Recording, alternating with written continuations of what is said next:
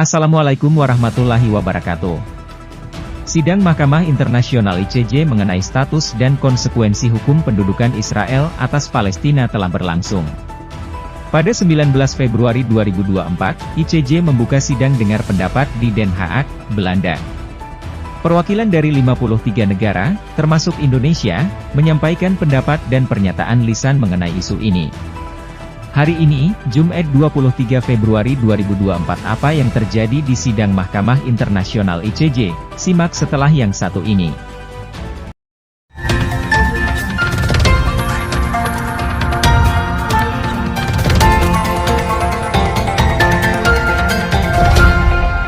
Menteri Luar Negeri Palestina, Riyad Al-Maliki, menjadi penyampai pendapat pertama di ICJ.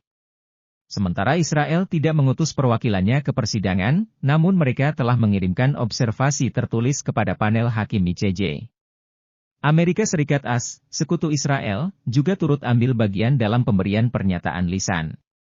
China dan Rusia mengutus wakilnya untuk berpartisipasi dalam sidang dengar pendapat tentang status dan konsekuensi hukum pendudukan Israel atas Palestina di ICJ.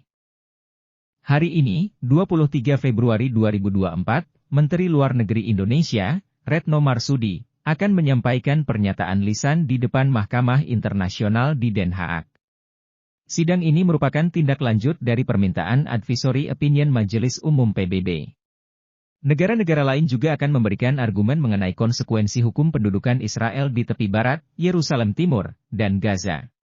Menteri Luar Negeri Indonesia, Retno Marsudi, menyampaikan pernyataan lisan di Mahkamah Internasional ICJ pada 23 Februari 2024 terkait isu pendudukan Israel di Palestina.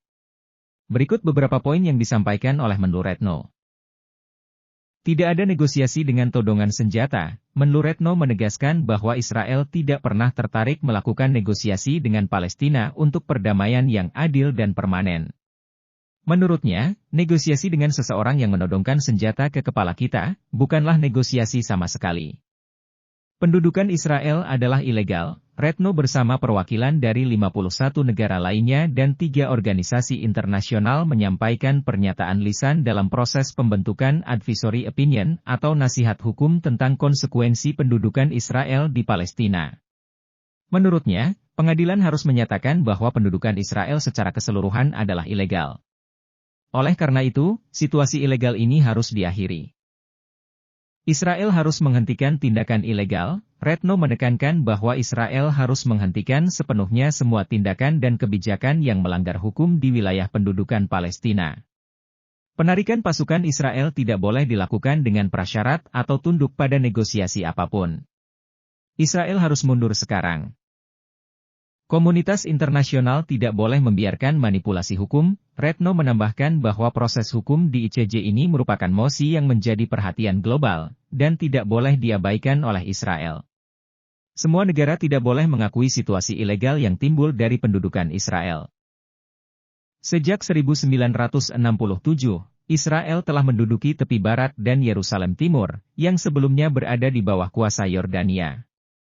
Gaza, yang sebelumnya berada di bawah kuasa Mesir, juga diduduki oleh Israel di tahun yang sama. Nah, itulah berita Palestina Israel hari ini. Simak terus berita perkembangan Palestina selengkapnya hanya di Dunia Update News. Terima kasih telah menonton, jangan lupa like dan share, nonton juga video-video Dunia Update lainnya, yang sudah kami sajikan untuk kalian. Sekali lagi jangan lupa subscribe dan tinggalkan argumenmu di kolom komentar. Sampai jumpa di video Dunia Update selanjutnya.